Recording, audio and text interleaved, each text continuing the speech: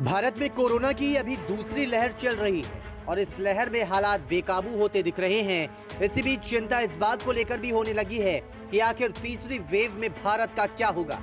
Expert की ओर से चेतावनी दी गई है कि कोरोना की तीसरी लहर भारत में जरूर आएगी और इसके लिए तैयार रहने के लिए भी आगाह किया गया है।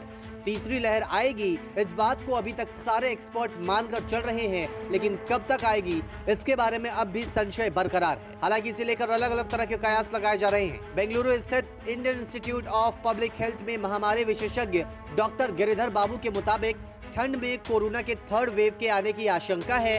नवंबर के आखिरी या फिर दिसंबर की शुरुआत में इस वेव के आने की संभावना है। अब सवाल यहाँ पर ये उठता है कि आखिर कोरोना की तीसरी लहर भारत में किन लोगों के लिए ज्यादा खतरनाक हो सकती है।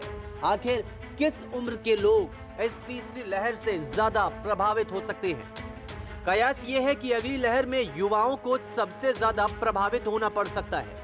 हालांकि कोरोना की तीसरी लहर 3 फैक्टर्स पर निर्भर कर सकती है।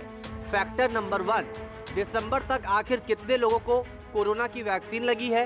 Factor number 2, super spreader event को आखिर कितना रोक पाने में हम सक्षम हैं। फैक्टर नंबर 3, कितनी जल्दी वायरस के नए वेरिएंट की पहचान हो पाती है। दूसरी ही लहर में बड़ी आबादी संक्रमित हो रही है। जो संक्रमित हो रहे हैं उनमें कम से कम 6 महीने तक वायरस के खिलाफ इम्यूनिटी रहेगी, लेकिन उसके बाद इम्यूनिटी कमजोर पड़ सकती है। इसलिए वैक्सीनेशन प्रोग्राम में तेजी लाने की जरूरत भी भारत में है।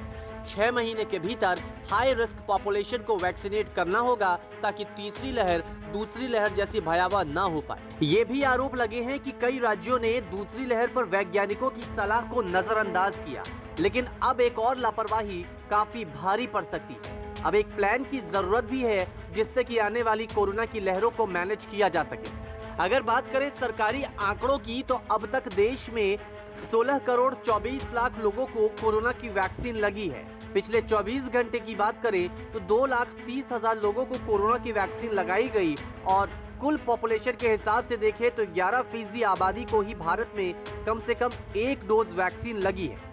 ये आंकड़े बहुत कम हैं क्योंकि हर दिन 40 से 50 लाख लोगों को वैक्सीनेट करने के लिए एक तरह से जरूरत इस वक्त है, लेकिन वैक्सीन की कमी भी कहीं ना कहीं देखी जा रही है और शायद इसी वजह से वैक्सीन देने में देरी भी हो रही है। तीसरी लहर नवंबर तक आ सकती है, लेकिन उससे पहले भारत में इस वक्त दूसरी लहर है और पीक को लेकर भी अलग अलग अनुमान लगाए जा रहे हैं। लेकिन ज्यादातर दावा यही किया जा रहा है कि मई 7 को कोरोना की दूसरी लहर का पीक आ सकता है। हालांकि ये तारीख अलग अलग राज्यों में अलग अलग हो सकती है। अब कोरोना के दूसरे लहर की पीक जैसे ही खत्म होती है उसके बाद नए मामलों में भी कमी देखी जा सकती है। न्यूज़ तक ब्यूरो।